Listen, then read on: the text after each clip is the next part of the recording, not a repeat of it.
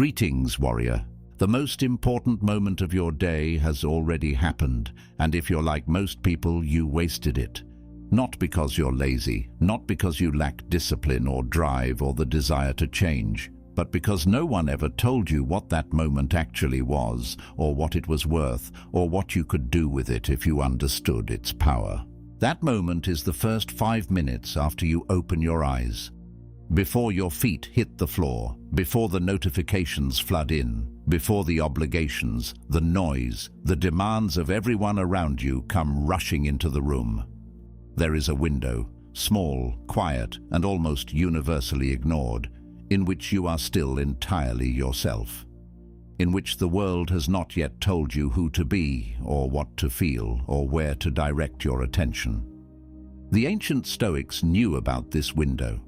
They didn't just know about it, they built their entire philosophy of self-mastery around it. Marcus Aurelius, who woke each morning to the weight of ruling the Roman Empire, began every day with a deliberate, private ritual that had nothing to do with his empire and everything to do with his mind. Epictetus taught his students that how a man begins his day reveals everything about how he will live his life. Seneca wrote letters about the morning hours with a reverence that bordered on urgency, because he understood that the person who controls their morning controls their mind, and the person who controls their mind controls everything that follows. What you do in the first hour of your day is not a small thing. It is not a lifestyle preference or a productivity hack or something to try when you have the time. It is the single most powerful lever you have access to. And right now, for most of you watching this, that lever is being pulled by everyone except you. Today, that changes. If you're ready to take back your mornings and rebuild yourself from the inside out, drop this in the comments right now. My morning belongs to me. Let's begin. Part 1. What you're actually doing to yourself before breakfast. Let's start with an honest look at what the typical morning actually looks like. Not the morning you intend to have, the morning you actually have. The alarm goes off. Maybe you hit snooze once, maybe 3 times. When you finally surrender to being awake, the first thing you reach for, before you've said a word, before you've had a thought that's genuinely your own, is your phone. You tell yourself you're just checking the time, but within 60 seconds you're in the feed. News, notifications, someone's opinion about something that happened overnight, a message that needs a response, a headline designed by an algorithm to spike your cortisol before you've finished your first breath of the day. And just like that, your mind, which moments ago was rested, open, and entirely yours, belongs to someone else. This is not an accident. The engineers who built the platforms you're scrolling understand human neurology better than most doctors do. They know that the brain, in its first waking moments, is in a uniquely receptive state. The prefrontal cortex, the part responsible for rational thought, long-term planning, and sound judgment, is still warming up. And in that gap, the emotional brain is fully online and extraordinarily susceptible to input. What you feed it in those first minutes sets the emotional and cognitive tone for everything that follows. Feed it anxiety, a crisis in the news, a tense message from someone at work, and you spend the next 2 hours processing that anxiety before you've done a single thing that matters to you. Feed it comparison, someone's highlight reel, someone's success story, someone's body or bank account or lifestyle that yours doesn't currently match. And you walk into your day already feeling behind, already inadequate, already playing catch-up in a race you never chose to enter.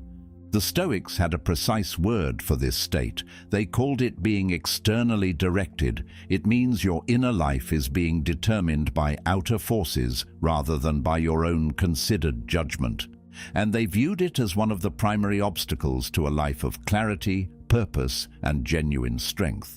Marcus Aurelius wrote in his Meditations, the private journal he never intended anyone to read, about the discipline required to begin each day on your own terms. He wrote about anticipating difficulties, about steeling the mind against complaint, about reminding himself before the day began of what actually mattered and what did not. He wasn't writing this for posterity. He was writing it because he needed it. Because even an emperor, with every material advantage imaginable, found the undisciplined morning to be one of the most persistent threats to the quality of his mind. If Marcus Aurelius needed a morning ritual to stay mentally sovereign, what does that tell you about the rest of us? The uncomfortable truth is this: you are not just losing your mornings, you are losing yourself, incrementally, invisibly, one distracted hour at a time, and the cumulative cost of that loss shows up everywhere. In the quality of your decisions, in the depth of your focus, in the gap between who you know you could be and who you actually show up as each day. But here's what makes this different from every other problem in your life. It is entirely solvable. Not with money, not with circumstances changing, not with someone else doing something differently. With a decision you make tomorrow morning before you pick up your phone. Let that land, then drop this below. I reclaim the first hour. Part 2. Why the Stoics treated the morning as sacred. To understand why the Stoics placed such extraordinary emphasis on the morning, you have to understand something about how they viewed the mind itself. They did not see the mind as a fixed thing, a set capability you were born with that either worked or didn't. They saw it as something living, something that was either being cultivated or being neglected, sharpened or dulled, directed or scattered every single day. Epictetus taught this explicitly. He said, "It is impossible for a man to learn what he thinks he already knows." What he meant was that growth, real growth, the kind that changes how you move through the world, requires a daily return to beginner's mind. A willingness to set aside what the world told you yesterday and ask, freshly, what is true and what matters today. The morning is the natural home of that practice, because in the morning, before the day has imposed its shape on you, you still have the opportunity to impose your shape on the day. You can decide in those quiet early hours what lens you're going to look through, what values you're going to lead with, what you're going to pay attention to, and what you're going to let pass without engaging. This is not soft thinking, this is strategy. Seneca, who advised emperors and managed enormous personal wealth and influence while simultaneously studying philosophy and writing some of the most penetrating moral essays in human history, was obsessive about his mornings. He wrote, "I am not born for one corner. The whole world is my native land." And then he sat down every morning and did the quiet work of making sure his inner world was in order before he engaged with the outer one. He reviewed his values. He identified the most important work of the day. He anticipated what difficulties might arise and considered in advance how a person of good character would respond to them. He spent time with the ideas of the philosophers he admired, reading, reflecting, absorbing, not as entertainment, as inoculation, as preparation. Because Seneca understood something that we have almost entirely lost. The quality of your thinking determines the quality of your life. And the quality of your thinking is not something that happens automatically. It is something you cultivate or don't. The morning ritual is not about productivity in the conventional sense. It is not about squeezing more tasks into your calendar or optimizing your output metrics. It is about becoming, day by day, through consistent and deliberate practice, the kind of person whose inner life is rich enough and stable enough to meet whatever the outer world throws at them without losing themselves in it. That is what the Stoics were building, and it started before sunrise. If you're ready to treat your mind as something worth cultivating, write this below. I tend my mind like my greatest asset. Part 3. The 5 pillars of the Stoic morning. Now let's get specific, because philosophy without practice is just decoration. The Stoics were not interested in beautiful ideas that changed nothing. They wanted transformation, measurable, visible, lived. So here, drawn directly from what Marcus Aurelius, Seneca, and Epictetus actually practiced and wrote about, are the 5 pillars of a Stoic morning ritual that will rebuild you from the inside out. You don't need to implement all 5 tomorrow. Start with 1, let it take root, then add another. What matters is not perfection, it is consistency. What matters is that you begin. The first pillar: silence before input. Before you consume anything, no phone, no news, no podcast, no conversation, you sit in deliberate silence for a minimum of 5 minutes. This is not meditation in any formal sense, though if you have a meditation practice, this is its natural companion. This is simply the conscious choice to be present with your own mind before you invite anyone else's mind into it.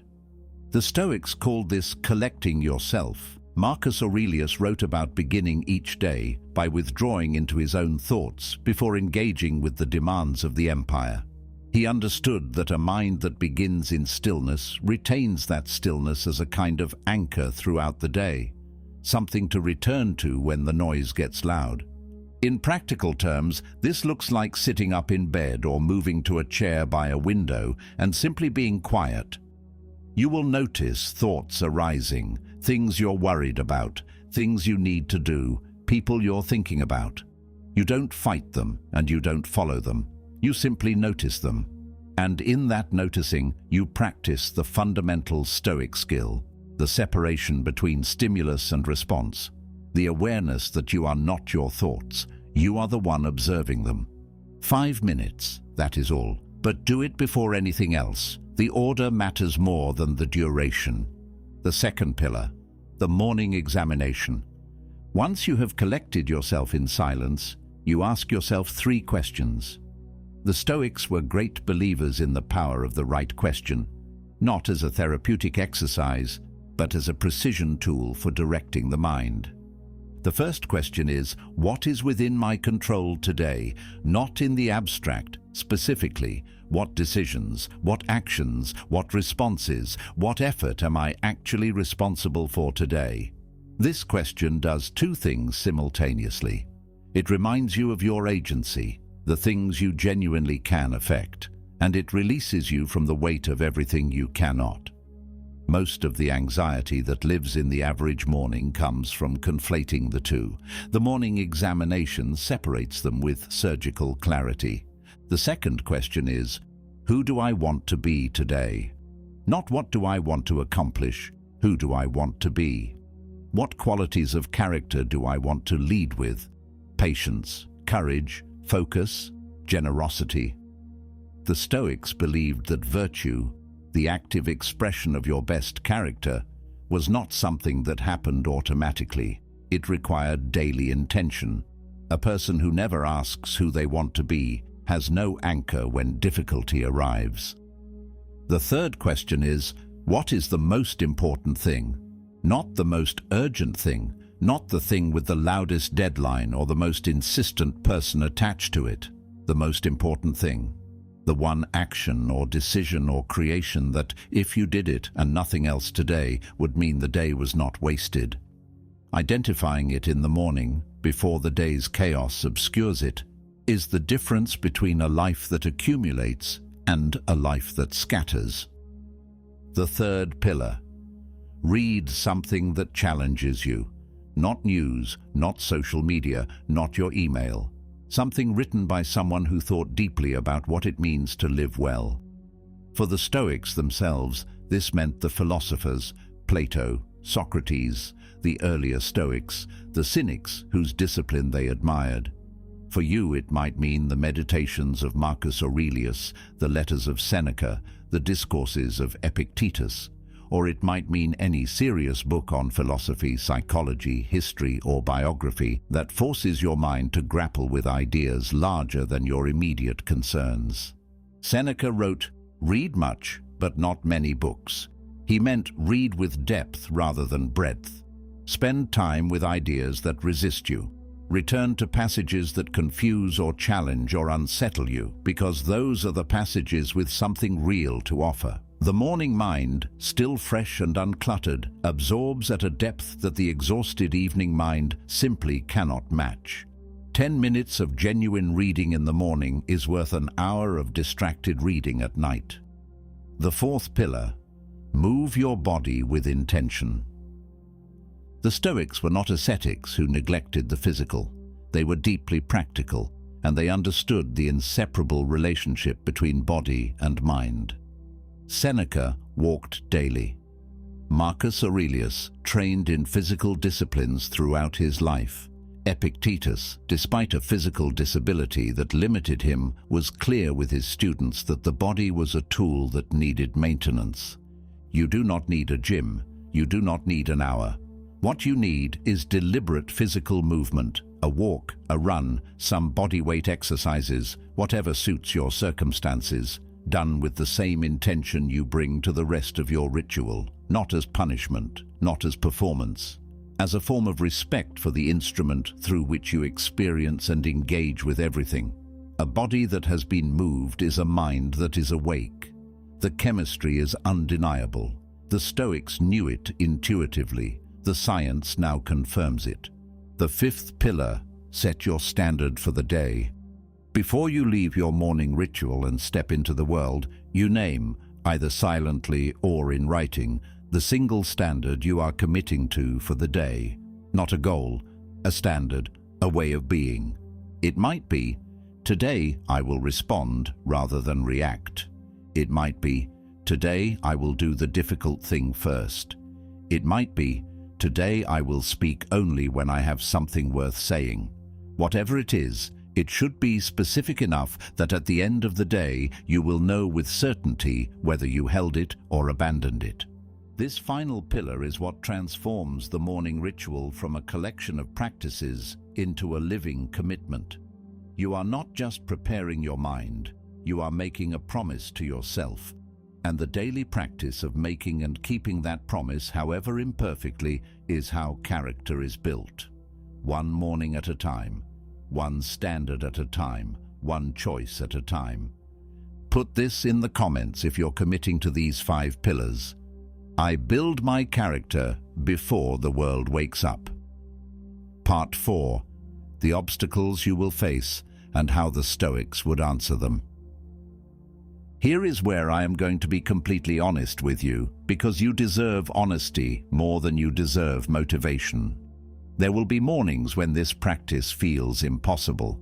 There will be mornings when the alarm goes off and the idea of sitting in silence for 5 minutes seems laughable because the baby is crying, or the anxiety about something at work is already screaming, or you stayed up too late and your body wants more sleep and your mind wants the comfortable numbing of the scroll. These mornings will come, and your relationship with those mornings, not the easy mornings, but these ones, will determine whether this becomes a real practice or just something you tried for a week.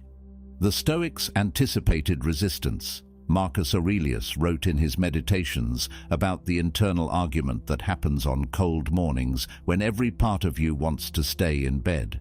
He didn't romanticize it. He described it plainly and practically. Get up, because the work you were made for is waiting, and no one is coming to do it for you. That is not cruelty. That is love. The demanding, clarifying kind of love that a wise mentor has for someone with potential who is considering wasting it. The first obstacle you will face is time. You will tell yourself you don't have it, that the morning is already full, children, commute, obligations that exist before you even open your eyes. And this may be genuinely true, which is why the Stoic morning ritual is not a fixed duration. It is a fixed sequence. Even 20 minutes, 5 of silence, 5 of the examination, 5 of reading, 5 of movement, is enough to begin. You are not building a morning routine for a different life. You are building it for the life you actually have. The second obstacle is consistency. The first few mornings will feel fresh and meaningful. By the second week, the novelty will have worn off and the resistance will show up in full force. This is normal. It is not a sign that the practice isn't working. It is the sign that it is. Growth lives on the other side of resistance, not on this side of it. Epictetus was clear. No great thing is created suddenly. The fig tree does not bear fruit in a day. You are not looking for a transformation in a week. You are building something that compounds over months and years.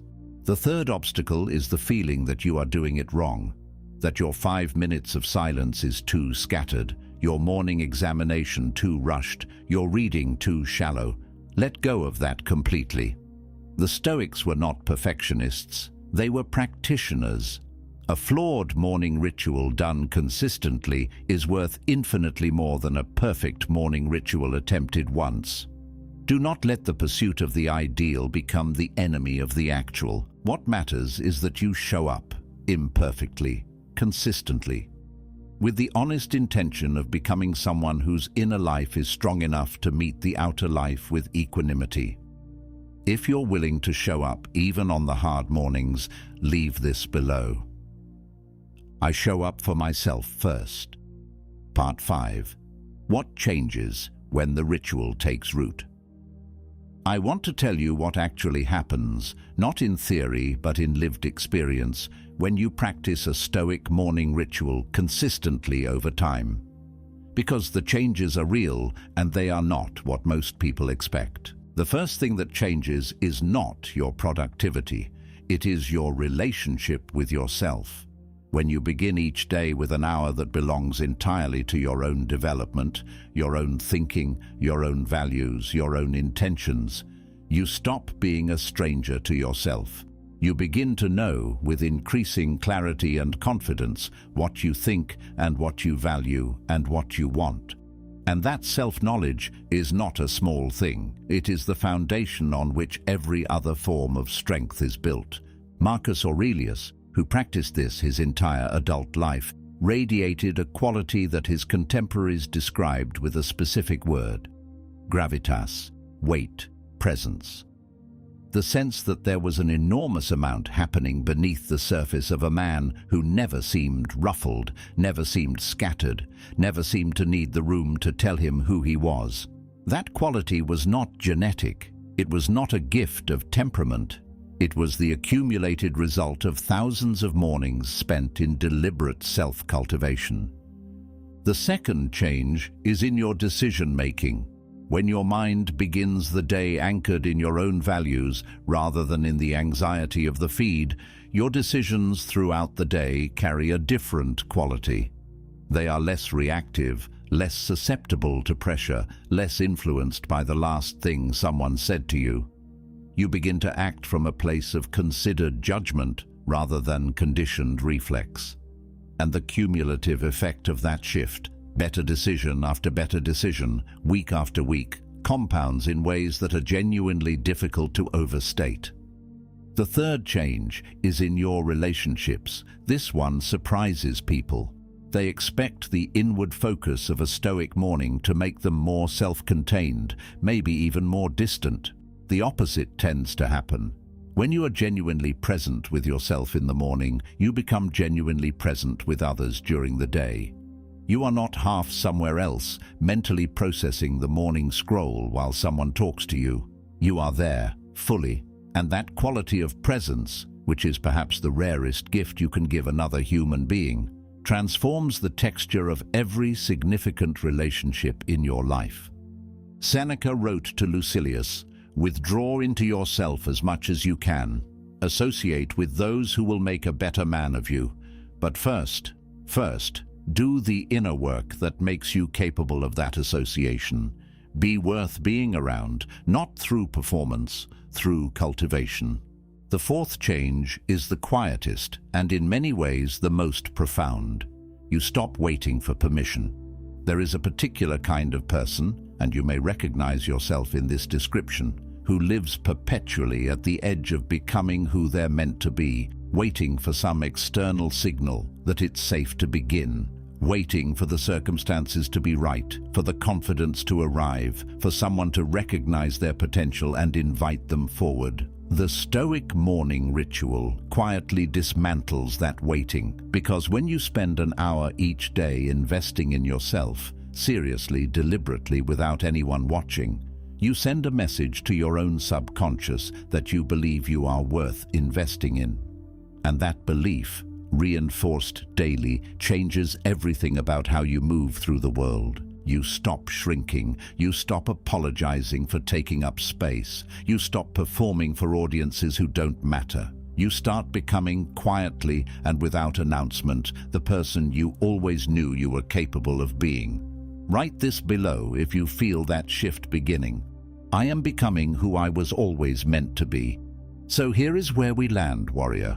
The morning is not a neutral time. It is the most contested real estate in your life, and right now, forces that do not have your best interests at heart are winning the battle for it.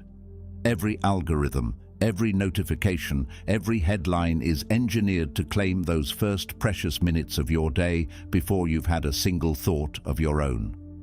The Stoics, who lived without smartphones but not without distraction, who faced chaos and pressure and the full weight of human difficulty, found their answer in the same place you will find yours, in the quiet before the world begins, in the deliberate daily practice of returning to yourself before you gave yourself to anyone else.